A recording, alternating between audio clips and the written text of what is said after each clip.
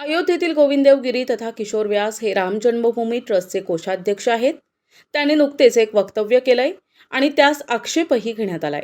गोविंददेव गिरी यांनी मी फक्त ज्ञानेश्वरीला मानतो असं वक्तव्य केलंय.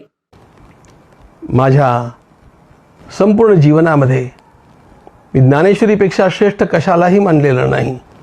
परंतु त्र्यंबकेश्वरचे महापंडित मयुरेश शास्त्री दीक्षित यांनी यावर जोरदार आक्षेप घेतलाय.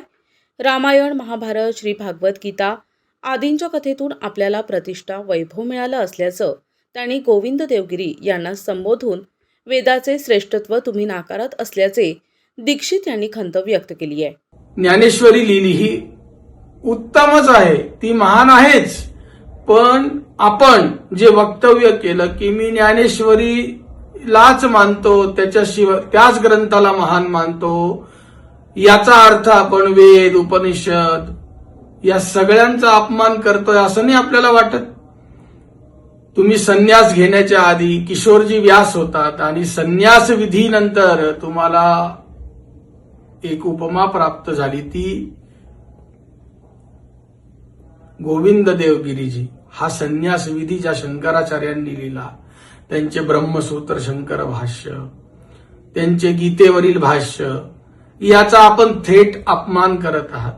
आपण कुठल्या पदावर आहात? आपण एक सामाजिक क्षेत्रासहित आध्यात्मिक एक अत्यंत महत्वाचे पद भूषवत आहात.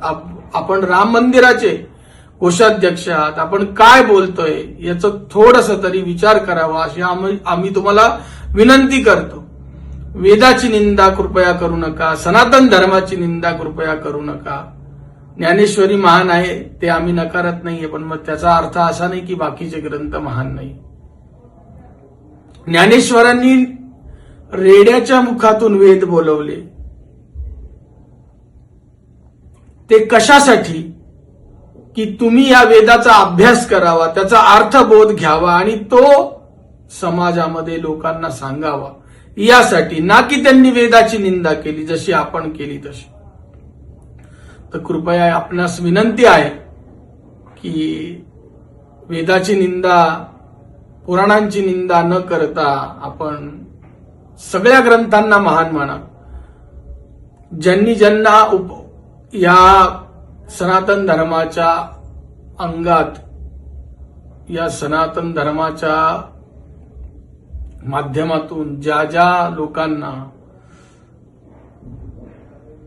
उपलब्धी झाली, ज्यांना ज्यांना बोध झाला, त्यांनी जे जे साहित्य लिहिले ते सगळे महान आहे.